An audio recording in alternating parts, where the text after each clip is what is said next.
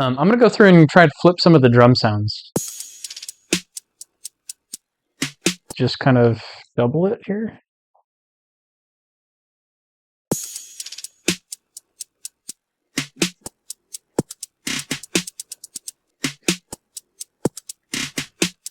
Okay, I don't want like the kick or any of that in here. I'm gonna get it because it's gonna be hard to get rid of that kick. Actually, what I can do is put a mid-side EQ on this. Yeah, and just take the low end out of the middle, and maybe boost this part up.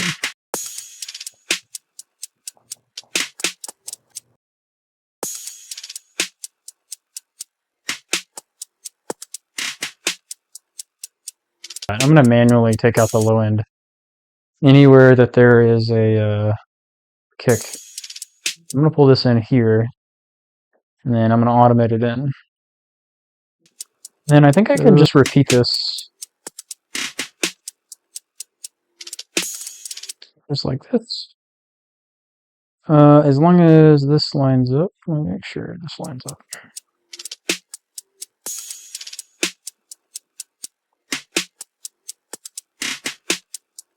Okay, so hopefully I'm taking out the low end where this kick is coming in.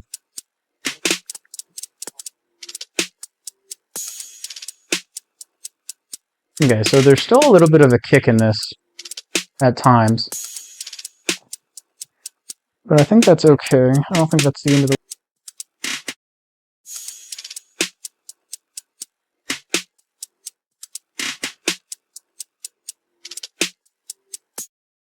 Here we go. Okay, so the question is, do I keep this?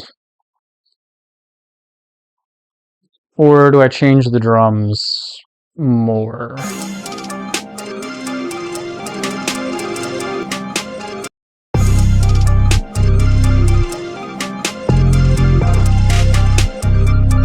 Here, I'll say like our bass.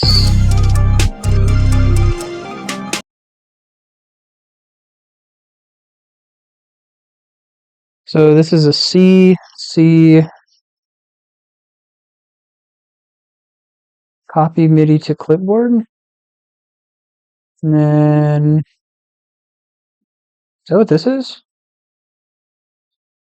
Okay, I think these are the 808 notes. So let me copy that and delete it.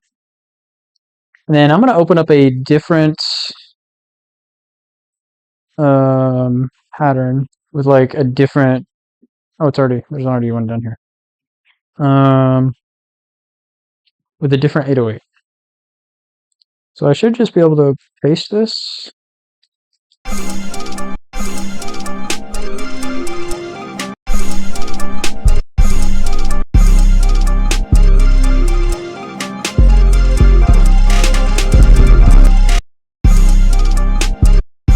Yeah, I'm going to change the timing.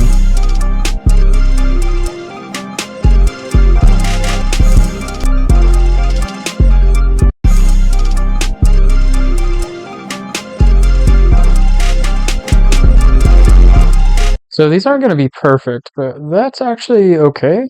I don't mind having 808s that are off-grid a little bit every now and again. Sometimes it's kind of a cool sound, like a cool groove, if they're just a little off every so often. G thing, the G note as inspiration. So maybe before here, we can...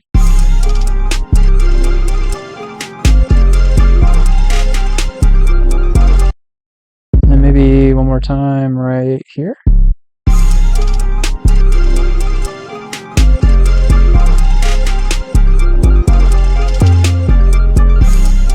I forgot about that, but that sounded good actually, so... Okay, I think what I want to do is take my drums and focus in on that snare sound.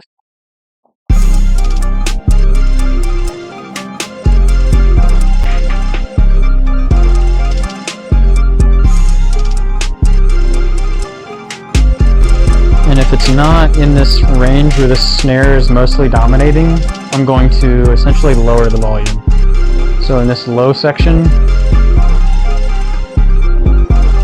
I'm going to take the quietest stuff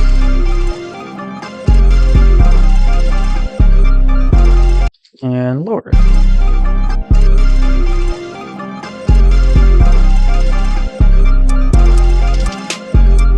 And then same thing in this section. If it's not the loud snare parts, I want it to be a lot quieter.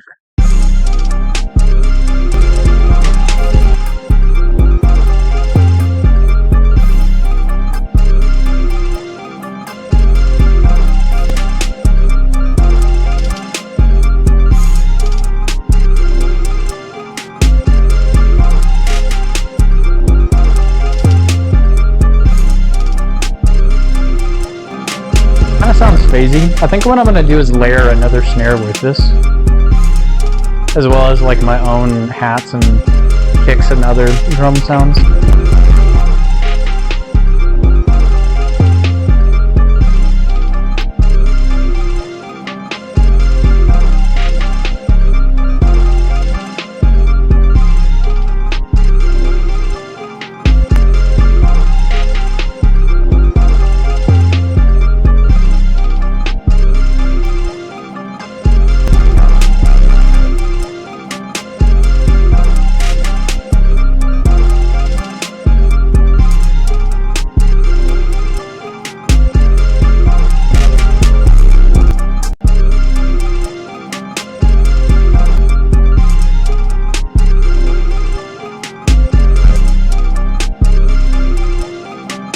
And I'm essentially going to ignore everything but the snare here, and these little hats that are left are just going to kind of be accented sounds, I guess. Okay, so I'm going to go ahead and put things on the mixer channel, since I think I'm done, like, flipping things, aside from maybe pitching things up or down.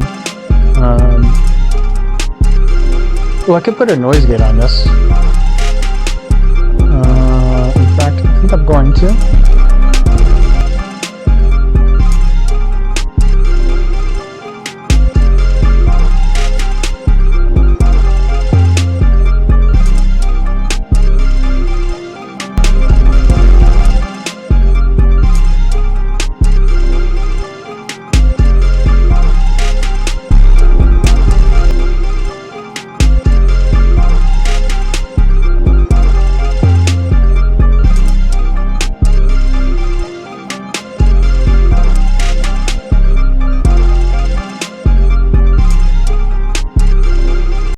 Okay, so we'll call this like main snare 1.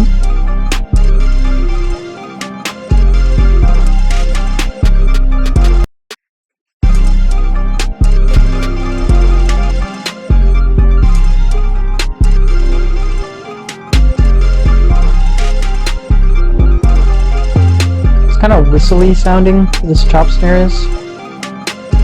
So I might take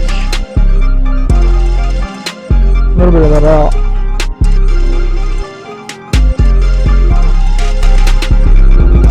Okay, I'm gonna arrange some of this in some kind of way, so it's not, I'm not just sitting here listening to literally everything being played at the exact same time. I think I'm gonna fade things, because I think, kind of like here, I think it's gonna be too much if I have things playing all at the same time with all the drums and everything. Plus, like, if you think about somebody putting vocals on top of everything, it's gonna be even more crowded. So I'm gonna fade things kind of in and out, kind of the way it was originally. I don't know if you remember.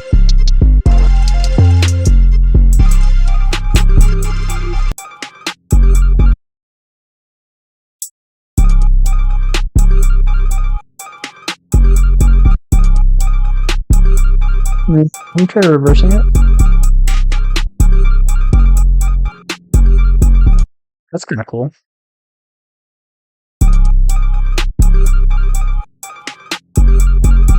Actually, before I copy this over, I'm going to grab some of these and lower the velocity.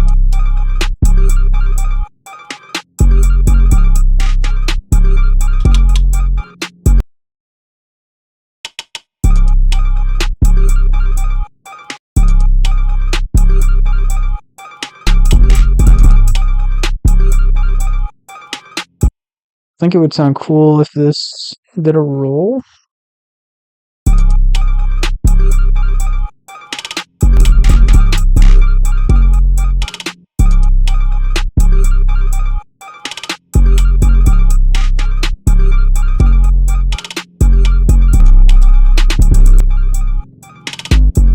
Kind of sounds phasey. Maybe that's why I haven't used this one.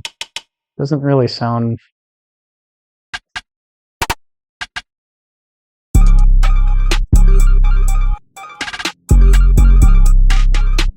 There we go. I think I want to add a kick and like really make that 808 punch.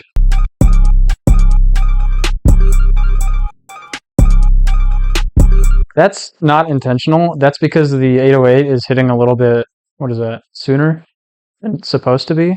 But it gives it that like boom, like thumpy sound effect. Like that. It's kind of cool.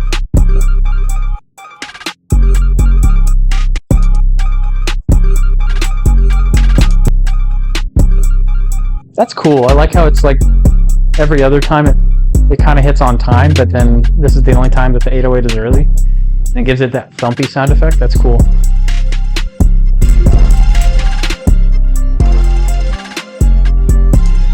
So at this point, I could probably pitch everything up if I wanted to.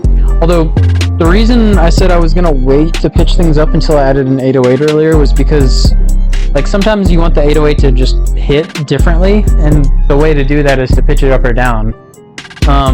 But the 808's kind of hitting here the way I want it to. It's like the right like frequency range.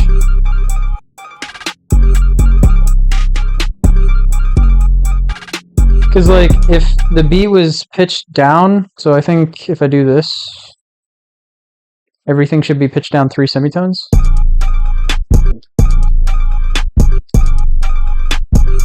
And that's too low.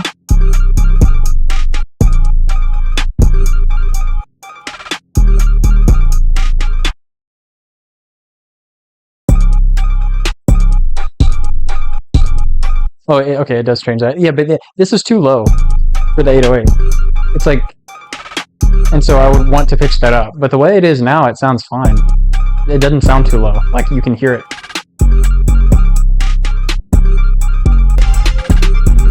I think I'm gonna add a crash.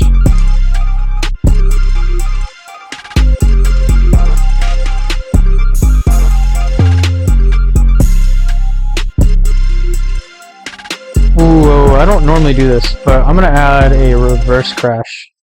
So I'm gonna clone this. But this one's gonna be reversed.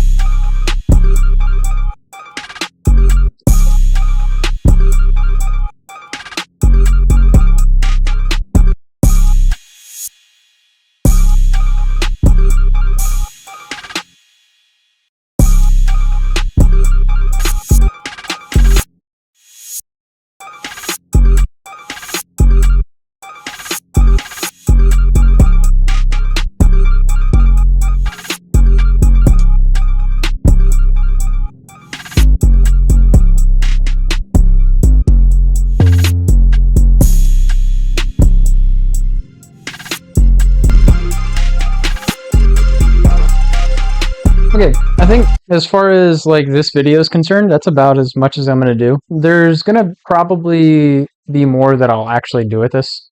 I don't know exactly what else I might do with it. I might add something else for the drums if I think of something later, and then I'll go and arrange it, and then I'll also process everything, and then mix and master everything and all that stuff. But like I said, for the purposes of this video, this is more or less it.